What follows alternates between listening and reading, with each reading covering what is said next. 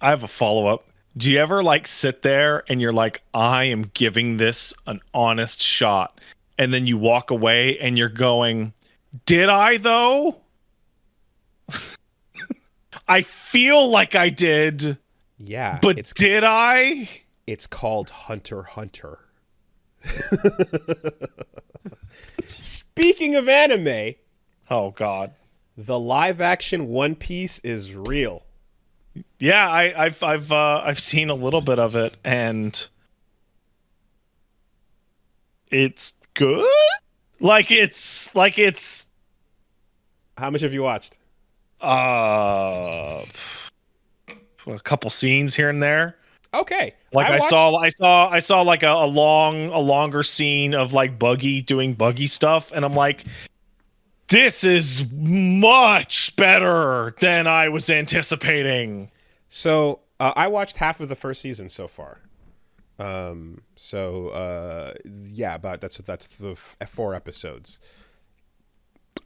As someone with no actual connection whatsoever to the source material besides reading the debut chapter when it came to Shonen Jump a million years ago, it ain't bad, man. It's pretty fun.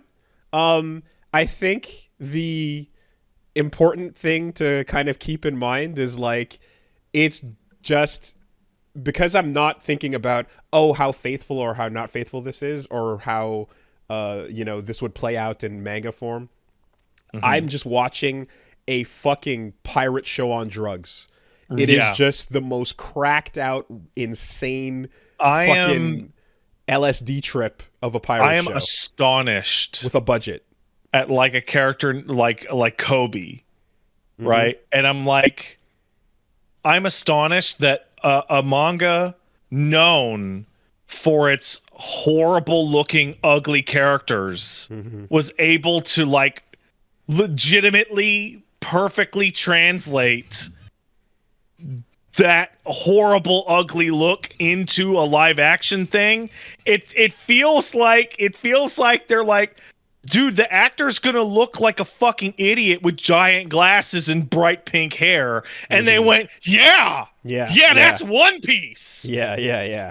Like I think though that like because of the art style Oda goes for, the tone matches.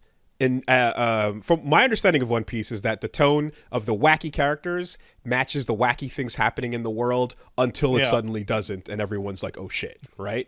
So, in this case, you're watching that wild ass tone applied to reality, and you're trying to make sense of it, and it's like no, it's just not really going to. It's gonna be wild and insane, It's and just as long as you take it in as if it was a fucking LSD trip, right?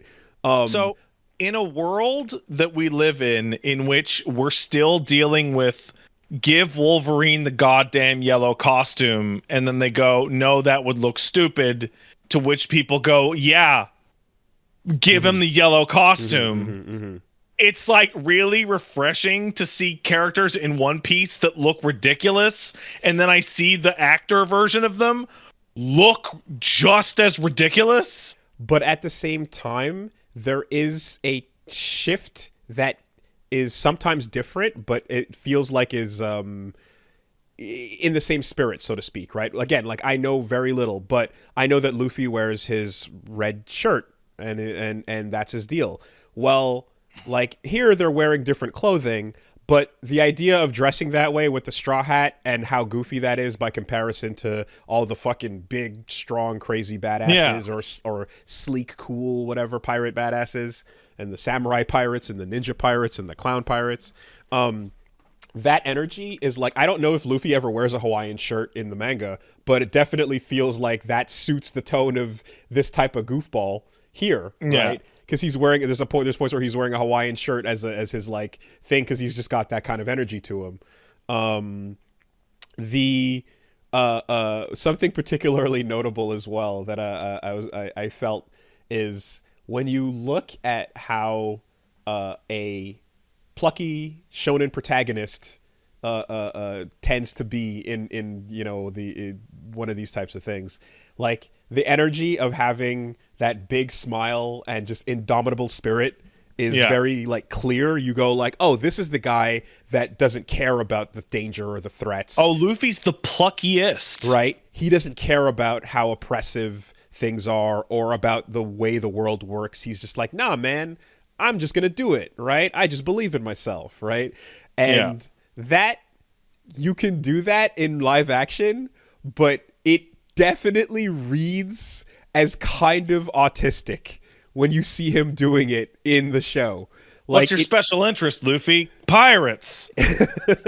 it reads as someone who sometimes is like, hey, I'm just kind of not paying attention to what you're saying because I'm focused on my own thing right now, but that's fine, right? And the way of overcoming problems is like, Luffy, do you understand the situation that's happening and how serious it is? It's like, yeah, don't worry, it'll work out. And you're like, Wow, okay. Sanji, that's like an incredible story you just told me about your dad. Does that mean you want to be my pirate friend? Yeah, like it's so wild, you know? And then like when you just read it in fucking manga form, I'm sure, or in anime, you're like, oh, the music will play, the sun will shine, and he'll be like, ha, join my pirate crew. And then da da da da, yeah, adventure, you know? And here you're just like, you're just not picking up, are you? On the mood right now. But damn, that's actually how this is gonna work. It's fascinating because You're gonna Goku was, succeed. to me, Goku always played like brain damage, which he has.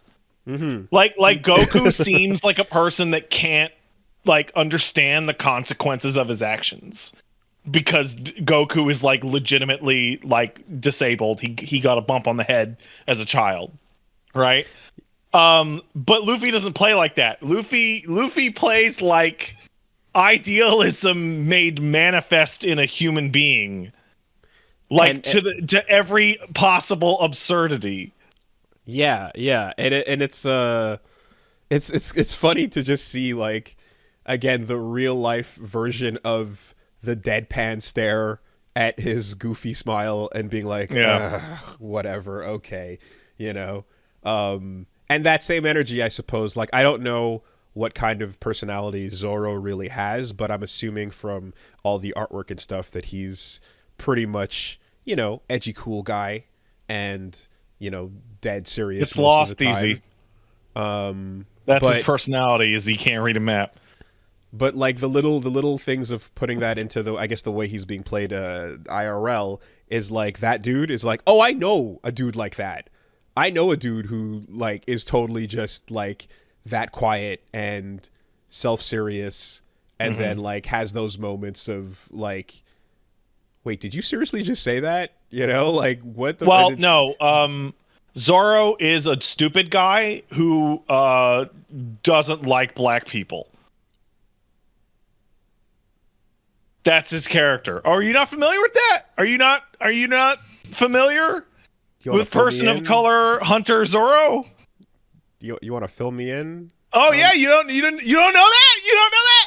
Dude, every person he has fought for like 8 years has been like a black guy.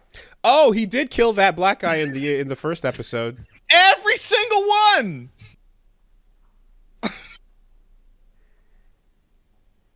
Really? Yeah. Okay, like is this meme true or is it true? Oh yeah, no, it's a stupid meme. Okay, meme true. All right, got it. All right.